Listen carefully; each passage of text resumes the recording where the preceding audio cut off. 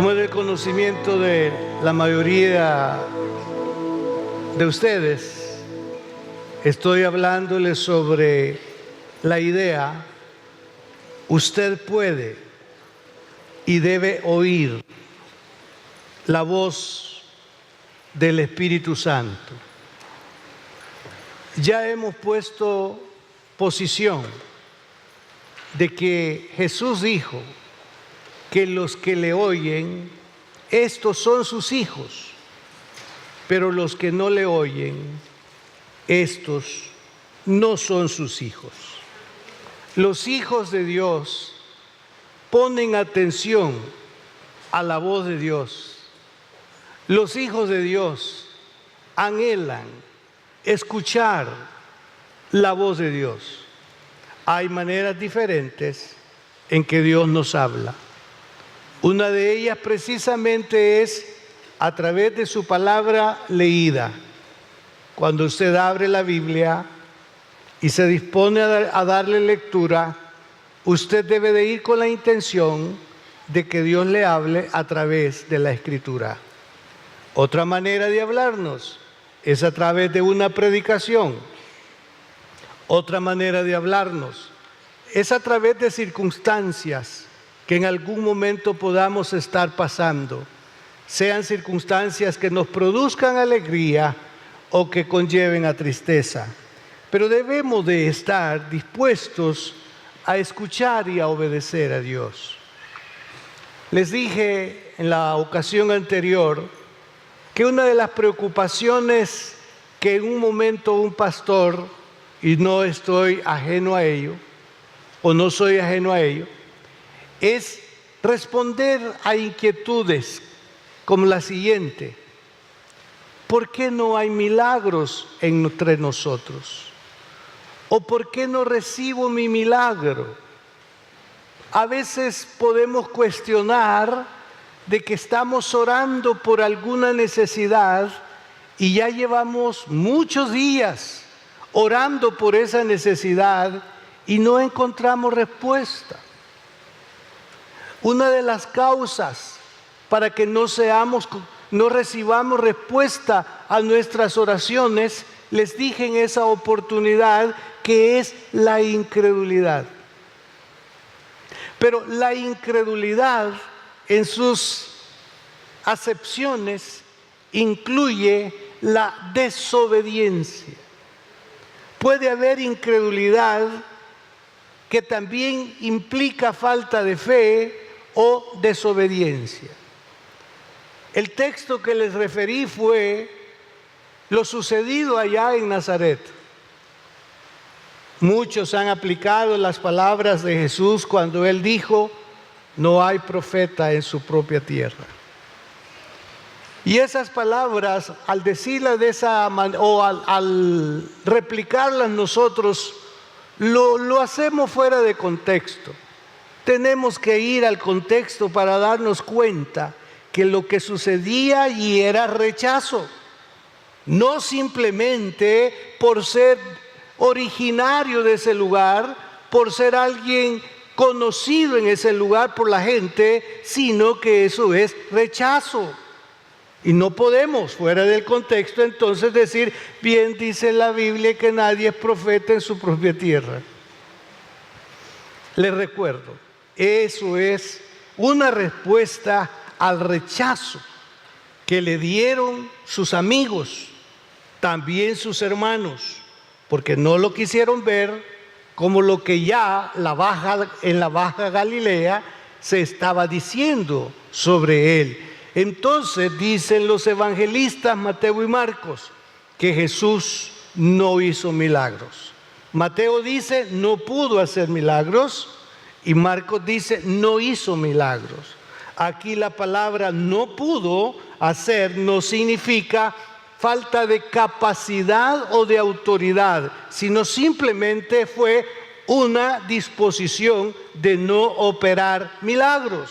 Con todo, hizo algunos, pero no en la magnitud esperada por él, porque la gente, por la incredulidad, no llevaron a los enfermos, no llevaron a la gente que estaba sufriendo una enfermedad. Entonces Jesús se limitó a obrar milagros en unos pocos. Entonces la pregunta es, si no hay milagros en una congregación, es porque la congregación no se aproxima o no tiende a obedecer a la palabra de Dios. Y si no hay milagros en nuestra propia vida o en nuestra casa o en nuestra familia, estriba en que también nosotros no obedecemos a la palabra de Dios. Recuerde que falta de fe equivale en este caso a falta de obediencia.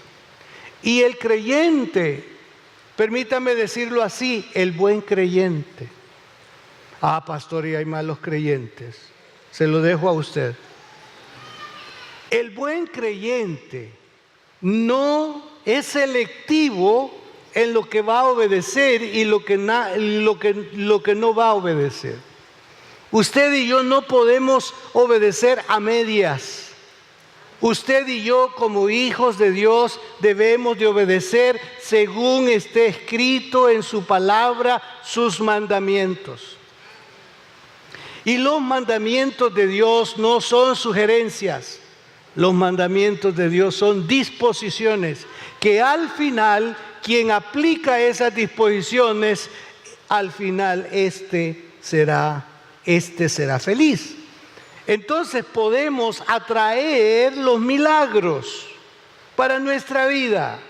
Ahí hay una serie de oportunidades que Dios nos tiene y esas se van a otorgar o se van a revelar en la medida en que nosotros nos dispongamos a obedecer al Señor. Hay un versículo, también lo referí anteriormente, que nos deja con unas ventajas increíbles. El texto es de San Juan 15:7. Si permanecéis en mí y mis palabras permanecen en vosotros, pedid todo lo que queréis y os será hecho. Estas palabras no fueron puestas en labios de un evangelista, no fueron puestas en labios de alguna persona corriente. Estas palabras fueron registradas por Juan, pero fueron pronunciadas por Jesús. Vea usted el valor de estas palabras. Aquí no dice Jesús, vayan y díganle a aquellos que digo yo, sino que en este caso, desde lo más hondo de su alma y usando su boca, hace uso de ella y le dice a propios, no a extraños, a propios, pedid todo lo que queréis y os será hecho si permanecéis en mí y mis palabras permanecen en vosotros. Hoy vamos a participar de la Santa Cena. Y vale la pena que ya comencemos a examinarnos a nosotros mismos. ¿Cuánto oímos a Dios y cuánto obedecemos lo que Dios pide que hagamos? Si nosotros nos disponemos, ya es un primer paso. Lo demás es un empujoncito que Dios de alguna manera nos va a dar para que actuemos, para que obremos, y al final el beneficiado será el que oye y será el que hace. No deberíamos, hermanos, de estar admirando a otras iglesias o a otros hermanos que les está yendo bien. La pregunta es, ¿el Dios de ellos no es el nuestro? Yo pienso que el Dios de ellos es el Dios nuestro. La diferencia quizás puede ser que ellos tienen un corazón más blando que el nuestro. Vosotros tenéis corazón duro. No, pastor. Dios conoce mi corazón. Y sé que Él dice a Dios rogando y con el mazo dando. Y sé que Él dice que no pone cargas que no podamos llevar. Esa es dureza de corazón. Debemos de atraer la gracia y la presencia de Dios mediante el permanecer en Él y obedecerle. Atrevámonos a obedecer a Dios, hermanos. Podemos cerrar como familias este año de una manera bonancible, hermosa, y podemos desear vivir más. Pero ¿para qué vivir si estamos muriéndonos de hambre? ¿Para qué vivir si la vida no nos sonríe? ¿Para qué vivir? Hermanos, todo lo que Dios quiere que nosotros disfrutemos en la tierra está a la disposición de los que oyen su voz y la obedecen. ¿De qué manera nos habla Dios? Por la palabra leída, por la palabra predicada, por las circunstancias que puedan estar en un momento angustiándonos o preocupándonos. Entonces la obediencia nos sacará de crisis.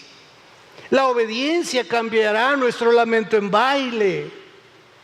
La obediencia hará que nos volvamos más reverentes y dejemos la irreverencia. La obediencia nos sacará de calamidad. Nos sacará y evitará fracasos. Y si en algún momento hemos entrado en enojo con Él porque no nos da lo que le pedimos, tranquilicémonos. Entremos en paz con Él. Y entrar en paz con Él equivale a atraer su presencia mediante la obediencia. No soy yo quien en este momento le va a sugerir en qué usted no obedece.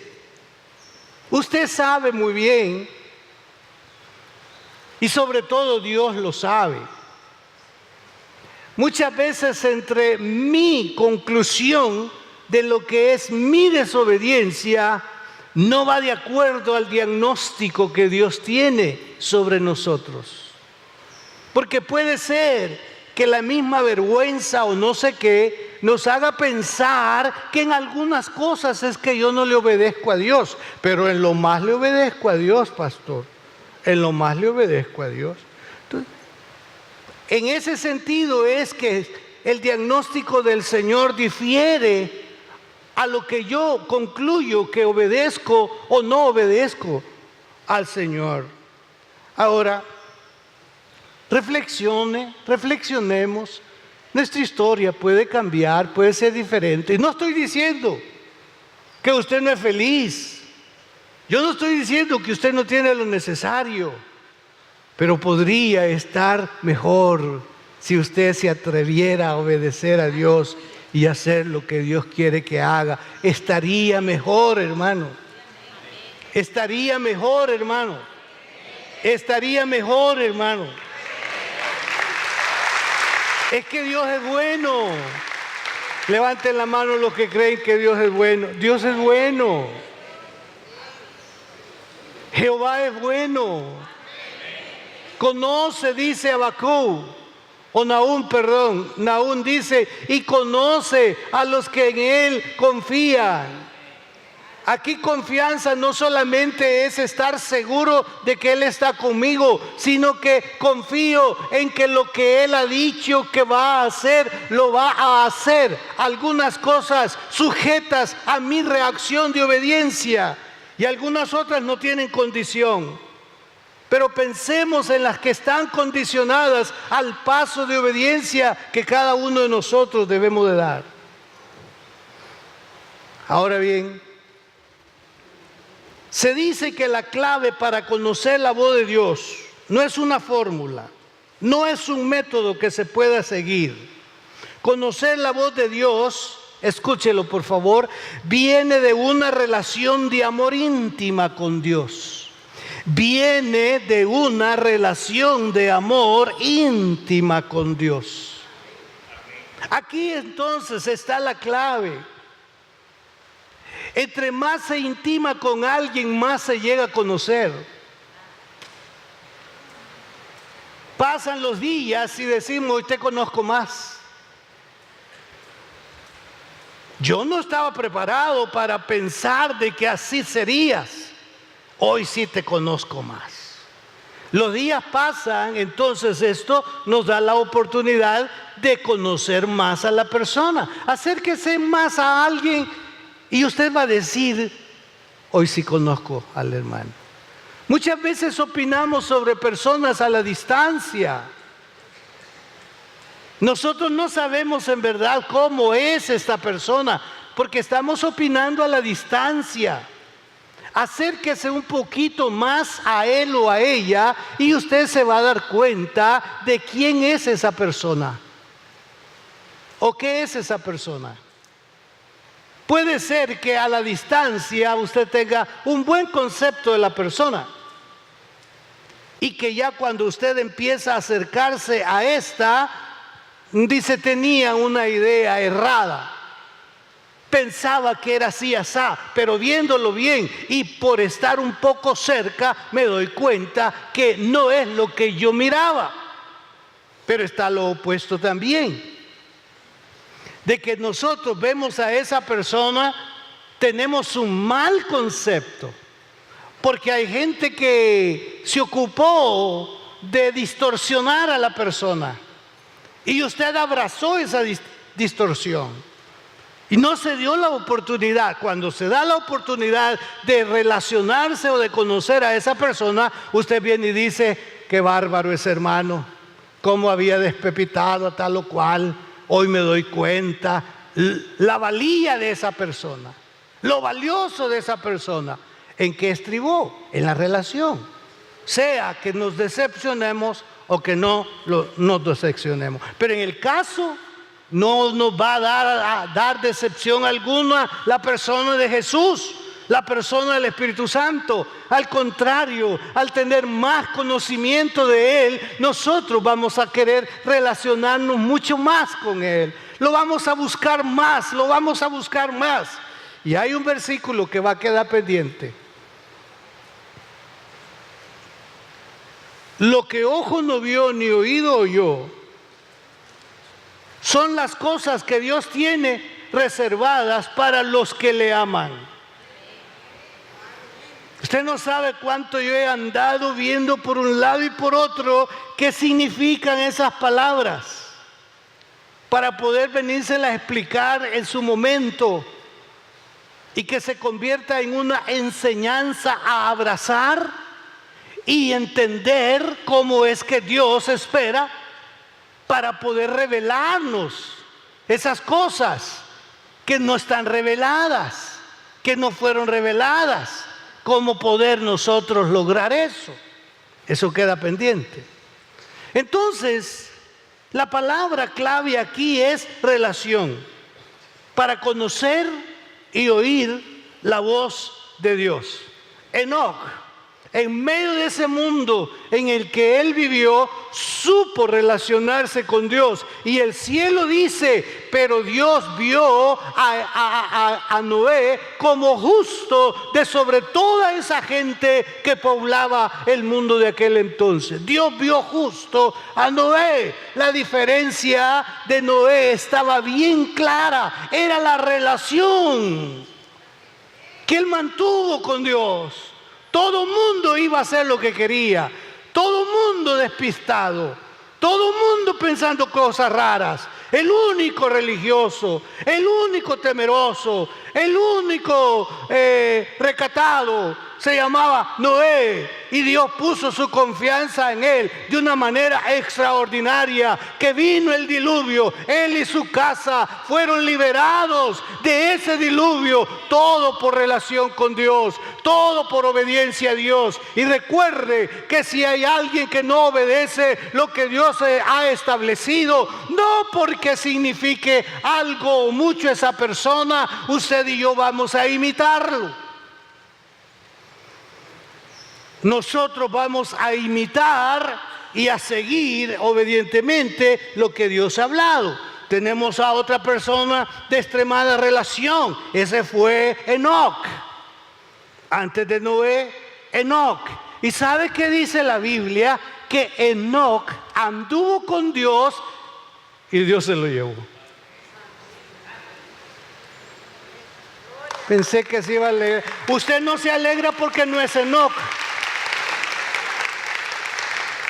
Y no se alegra porque no tiene las características y no se puede comparar a Enoc. Ay, pastor, eso de hablar de Enoc, que Dios se lo llevó porque anduvo con él, no es cosa fácil, pastor. Hermano, no era como usted dijo. Lo único que él pudo hacer o hizo la diferencia es que el hermano no iba donde iban las mayorías. No vivía de acuerdo a los hábitos y las costumbres de las mayorías. Mientras unos iban a la parranda, él iba a buscar un lugar para estar en la presencia de Dios. Esa es la diferencia. Parranderos. Esa es la diferencia. Y el Señor claramente le dijo al apóstol: antes ibas donde querías, ahora no irás donde tú quieras, sino donde yo te mande, donde yo diga. Ahí está la diferencia. Relación, acercamiento. No piense que todo es religioso en el sentido de tradición o costumbrismo. Pero si quiere aplicar esa palabra en términos de una identidad, entonces soy religioso. Porque me gusta leer la palabra, me gusta orar, me gusta congregarme, me gusta servirle a Dios. Entonces soy religioso. Porque está supeditado todo eso a una relación con ese ser que vale la pena conocerlo más y relacionarnos con él. Es extraordinario. ¿Y qué podríamos decir de Abraham? A este Dios le llamó mi amigo. Esto es extraordinario, hermano. Que el cielo venga y exprese que ese hombre era amigo o fue amigo de Dios. Yo no sé qué está opinando Dios de nosotros. Me encantaría que opinara que somos sus amigos. ¿A cuánto le gustaría que el Señor dijera: tú eres mi amigo? Y entre amigos no hay secretos. Los verdaderos, los auténticos amigos no guardan secreto, tienen confianza. Y eso es precisamente lo que Dios está buscando con nosotros en el presente. Pero podría yo hablarle de Amós, de Daniel. En el caso de Amós hay un versículo lindo, capítulo 3, versículo 7. Léalo, por favor. Después vaya a ver qué quiere decir. Porque nada hará Jehová el Señor sin que revele su secreto a sus siervos los profetas. Qué texto este, hermano. Porque no hará nada Jehová el Señor sin que revele su secreto a sus siervos los profetas. Otra versión dice: ciertamente el Señor Dios no hace nada sin revelar su secreto a sus siervos los profetas. El Señor en su soberanía estuvo dispuesto a comunicar a sus profetas lo que planeaba ejecutar, ya fuera a favor o en contra de su pueblo.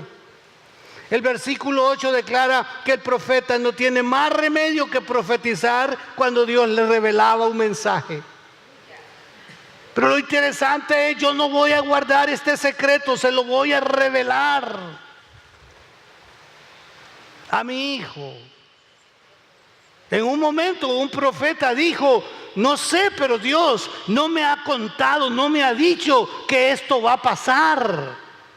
Hay un profeta que dijo eso delante de Dios. No, Dios no me ha comunicado esto.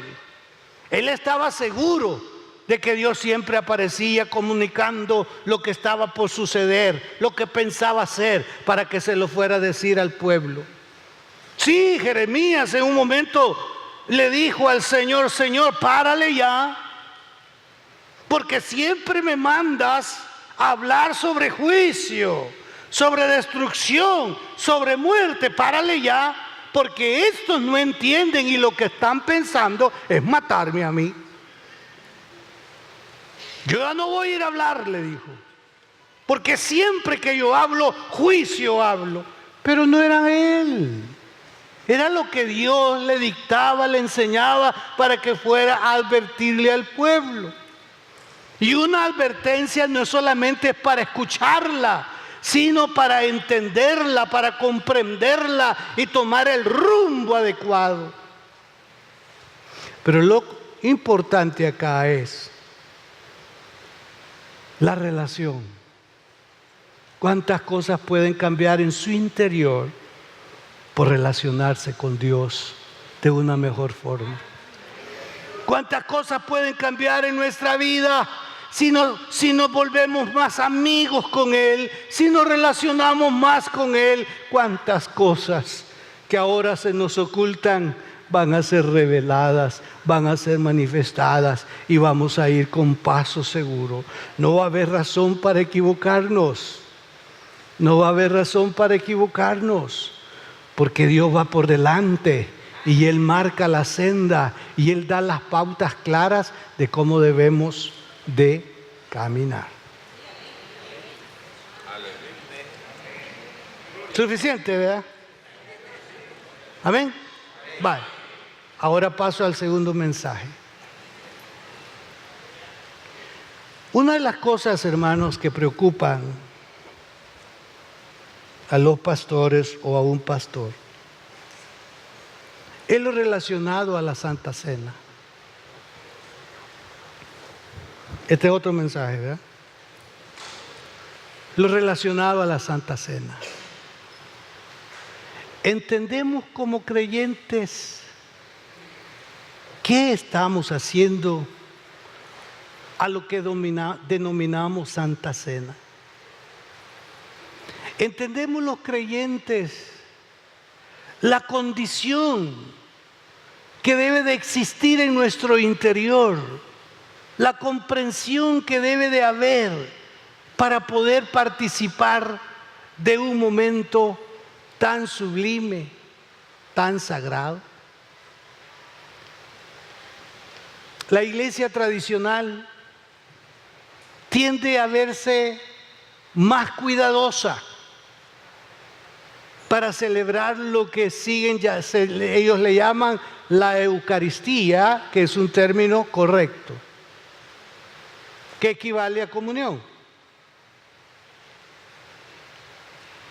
Naturalmente, los que vienen de ese sector religioso tienen más fresca en su memoria lo que sucedió y sus ojos lo que miraban. Usted tuvo dos escenas: los que se salían, terminado el sermón del sacerdote, y los que pasaban a comulgar, como dice. Entonces los que se salían se quedaban afuera criticando al que pasó. Yo creo que estaba pecando más el que está afuera criticando que al que pasó. Porque el que pasó tuvo la ocasión y aceptó la oportunidad de ir a la confesión. Ir a la confesión para pasar a comulgar, a participar de la Eucaristía. La Eucaristía no es el todo, es decir, la reunión. Pero si ese es el final, o ese es el propósito de la convocatoria, entonces todo lo sucedido es comunión. Y en ese sentido, la persona tiene la oportunidad de confesar. La iglesia cristiana evangélica no tiene esa concepción en cuanto a que debe de venir al pastor a confesar. No que sea indebido o sea ilícito que en algún momento un hermano aproveche la oportunidad, o mejor, busque la oportunidad para sincerarse y decirle: yo sé qué representa usted, pastor. Y yo me veo tan mal delante de Dios que quiero decirle que no sé cómo poner en orden esta situación. Y que cada vez que se va a participar de la Santa Cena, yo tengo una lucha en mi interior como usted no se puede imaginar. Una lucha fuerte. Y pueden entonces aparecer una serie de preguntas, que tal vez las preguntas no tengan buen gusto y que sean como más lapidarias para el estado, para la condición que está presentando. Pero el fin de una confesión es encontrar la oportunidad del perdón. Pongamos la confesión como sinónimo de arrepentimiento, y Dios, al que se arrepiente, al que confiesa su pecado y se aparta de él, Dios tiene misericordia. Ahora, ¿bajo qué condiciones vamos a participar de un momento tan hermoso como es la Santa Cena? O, diciéndolo de otra forma, ¿qué hacemos? ¿Por qué lo hacemos? En primer lugar, dice Pablo, yo recibí del Señor. Es la única vez que se aparece bajo este contexto que el apóstol Pablo venga y se refiera. Si usted lee los versículos anteriores, no tiene nada que ver con ese momento. Él está corrigiendo una serie de cosas que están sucediendo entre los hermanos.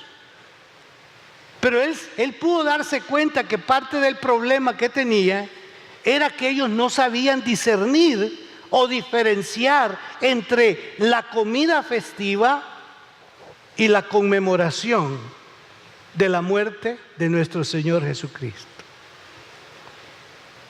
El problema es que ellos celebraban comidas en familia, comida con las amistades o con los hermanos, y habían aprendido que esas comidas eran tan valiosas y significativas, les llamaban las comidas de amor, fiesta de amor.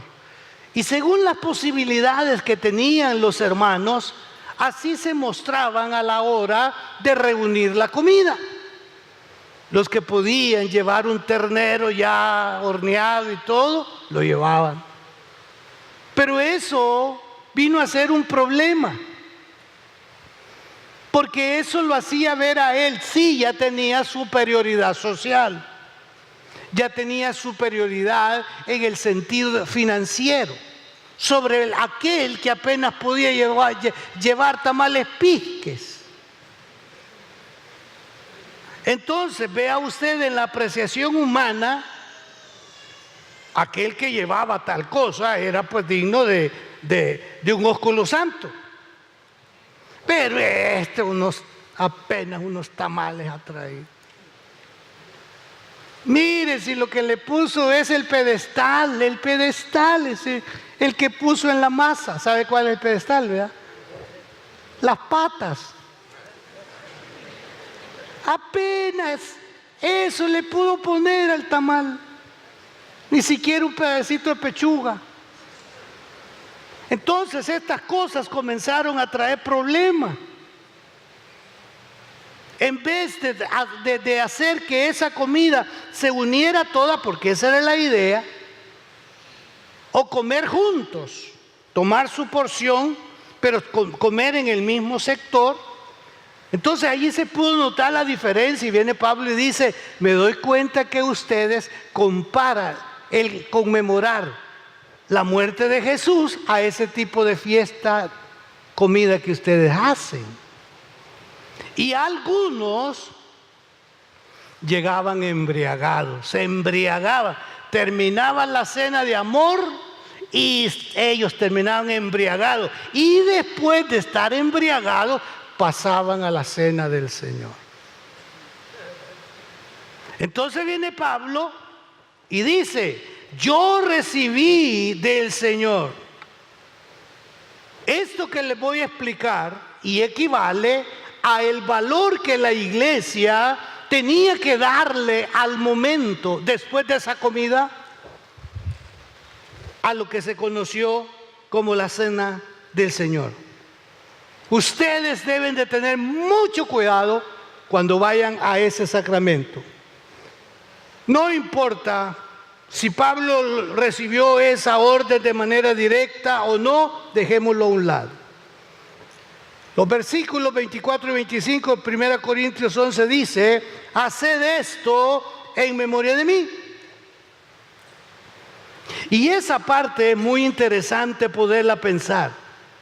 Es aquí donde el apóstol Pablo le recuerda que el participar de la cena del Señor es recordar lo que representan el jugo de uva y el pan sin levadura, es decir, recordar el cuerpo que fue partido y la sangre que fue derramada para la remisión de nuestros pecados. Es meditar en todo lo que conlleva el sacrificio de Cristo en la cruz. Es el recordar que hemos sido libertados de nuestros pecados gracias a su muerte. Es recordar que a Él poco le importó su vida con tal que nosotros fuésemos libres de la perdición en que nos encontrábamos a causa de nuestros pecados. Esto es lo que debemos estar pensando cuando estemos participando de la cena del Señor. Pablo nos dice aquí que la cena del Señor es un recordatorio de la muerte en Cristo, que debemos participar de ella recordando el sacrificio que hizo por nosotros. Esto es lo que significan las palabras: haced esto en memoria de mí. Lo más importante, sobre todo para quienes ven solo algo que significa o representa el cuerpo y la sangre del Señor, es que comprendan que el simple hecho de que sea algo establecido y ordenado por Él debe implicar para nosotros un momento especial. Por ejemplo, para examinarnos ante su cruz.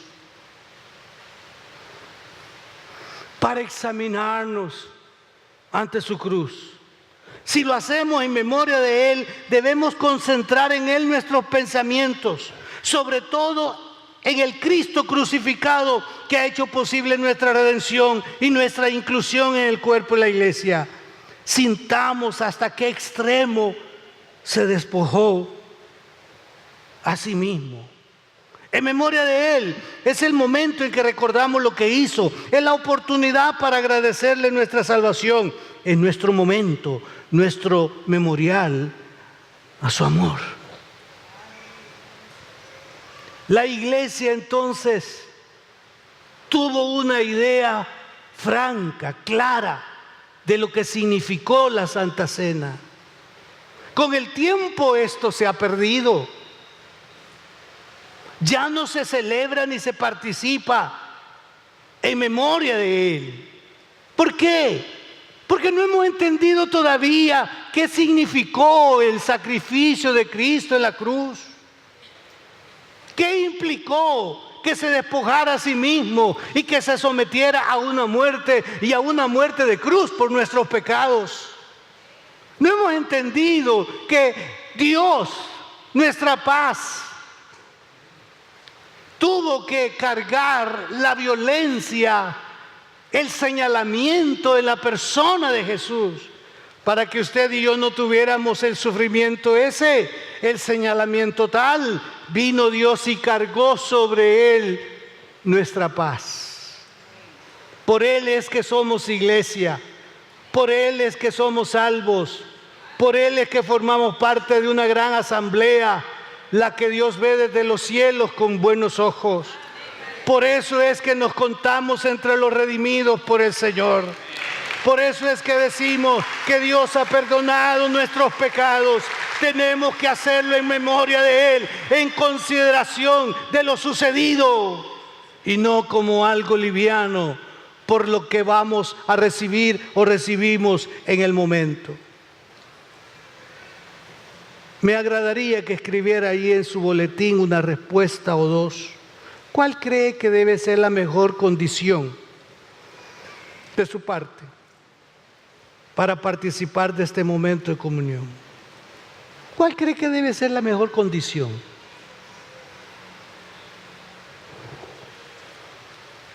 Una iglesia que se examine a sí mismo, hablando de cada uno en particular, no de la colectividad, aunque es válido, pero en este caso es particular. ¿Cómo es que va a tomar? Sé que después de este mensaje, los que salían a tomar hoy no la van a tomar. No, ya el pastor, mire cómo dijo.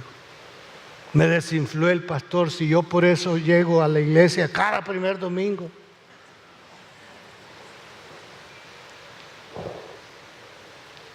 Hermano, Juan Wesley, ya voy a finalizar esta parte. Juan Wesley, allá por los años 1750, 1800, él estaba muy preocupado. Él tuvo que enfrentar una doctrina, la doctrina calvinista. La doctrina calvinista, en pocas palabras, salvo siempre salvo. Si usted ya aceptó a Cristo, usted no se pierde, hermano. Haga lo que quiera, chupe lo que quiera. Que usted no se condena, usted es salvo ya. Juan Wesley, aprendiendo a los pies de Susana, su madre, con Biblia en mano, enseñándole a esta mujer. Empezó a tener esa lucha. ¿Cómo es posible estar diciendo que somos salvos y nosotros somos iguales a los paganos? Era duro para él. Y tuvo conflictos fuertes por oponerse al calvinismo. Porque él enseñó sobre santidad. Creyó que el creyente tenía que apartarse del pecado.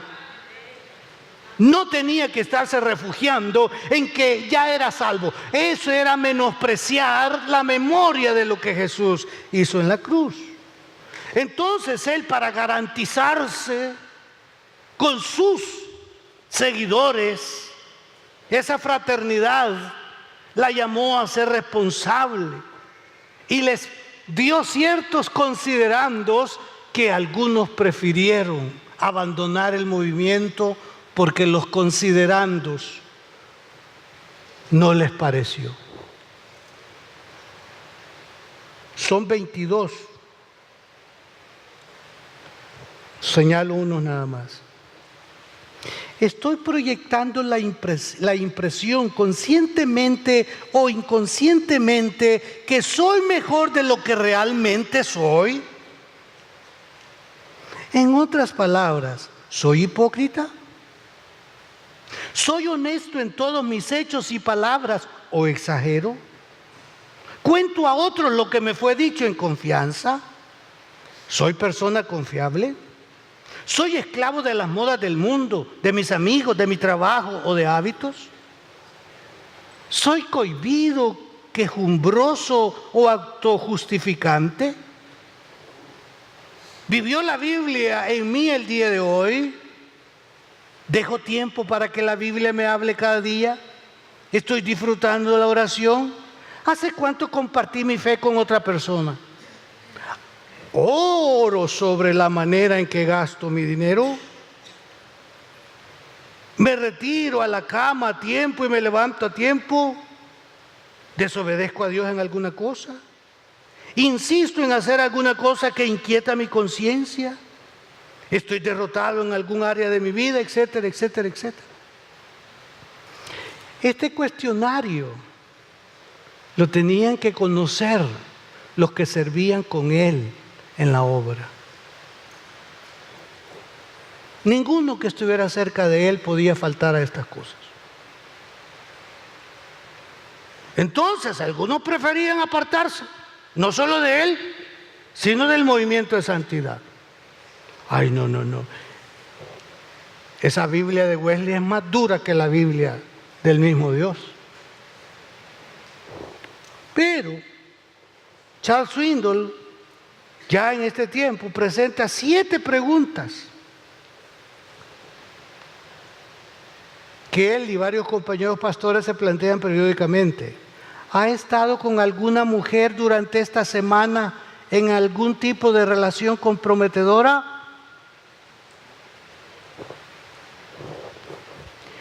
¿Ha efectuado alguna operación financiera que carezca de integridad moral? ¿Ha estado involucrado en la lectura de materiales pornográficos? ¿Ha pasado suficiente tiempo en el estudio de la Biblia y la oración? ¿Ha cumplido los mandatos de su ministerio? Me acaba de decir una mentira.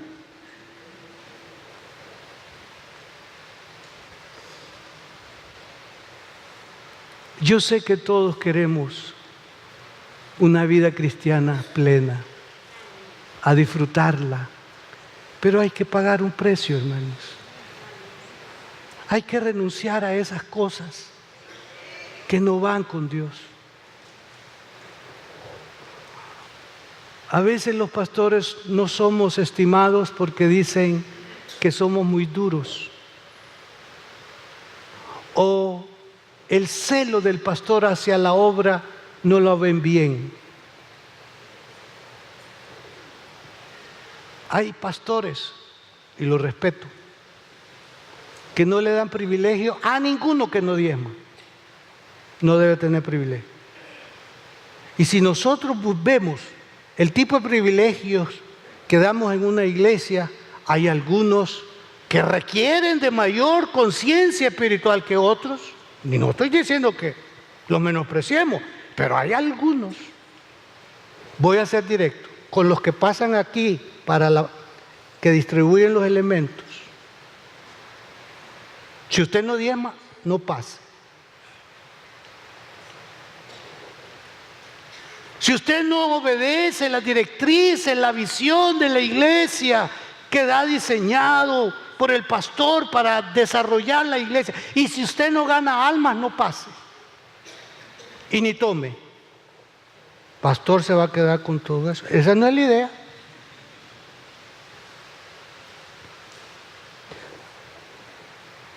Por celo pastoral. Si usted frecuenta una iglesia dividida, no digamos salida de este lugar, usted es un infiel.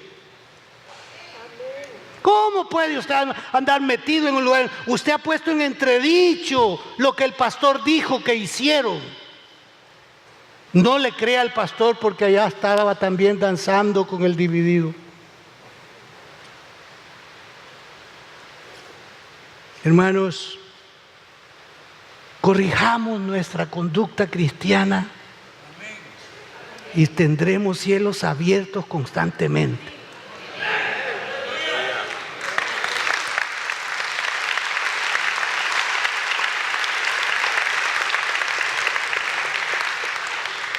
Mi labor espiritual, pastoral, debo de cumplirla y se me va a hacer más fácil hacerlo al ver su actitud, al ver que usted verdaderamente ama al Señor y ama a su congregación. Y que aquí estamos hablándole por la palabra. Y usted no viene a este lugar para escuchar otra cosa más que viene para adorar a Dios y para escuchar la palabra de Dios.